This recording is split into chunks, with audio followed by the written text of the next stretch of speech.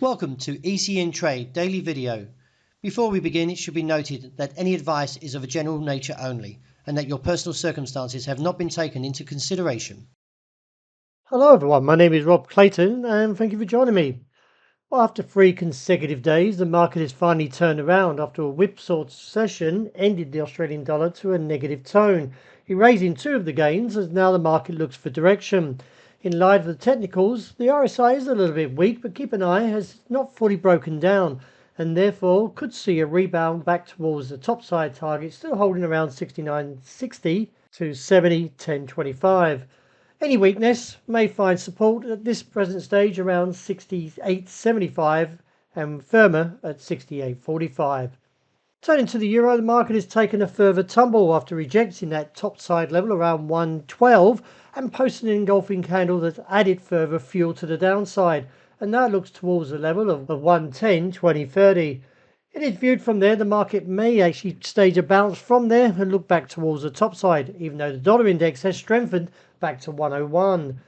Looking ahead to the busy economic week, we still got the focus on the Friday September jobs report on the non-farm payrolls, which could greatly influence expectations for the Fed action during its November 6th, 7th meeting.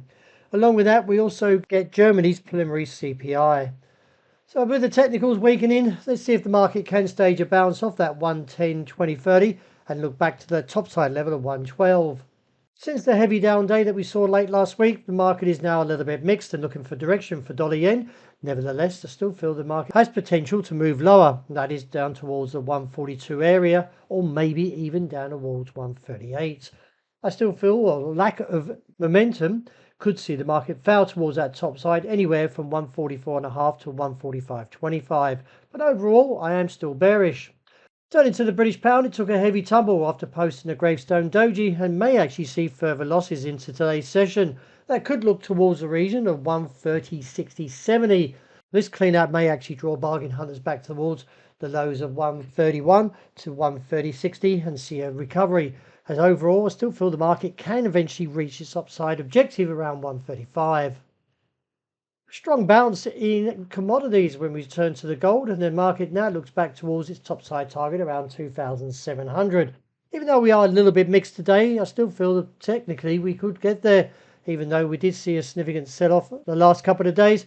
But the bounce from Tuesday may actually add to further gains and therefore look to the upside. Any weakness finds support around 2,636 to 2,626. With escalating concerns that tension in the Middle East could intensify, the West Texas oil has now posted a strong engulfing candle that could see this topside challenge around the 72 area.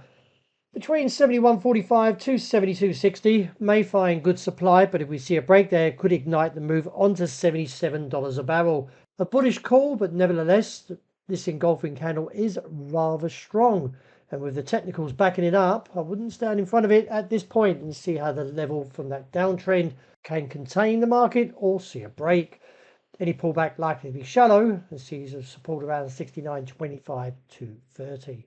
Well, that's a wrap. Thank you for joining me. As always, look out for the interest report, and I hope you enjoy the great start to the day.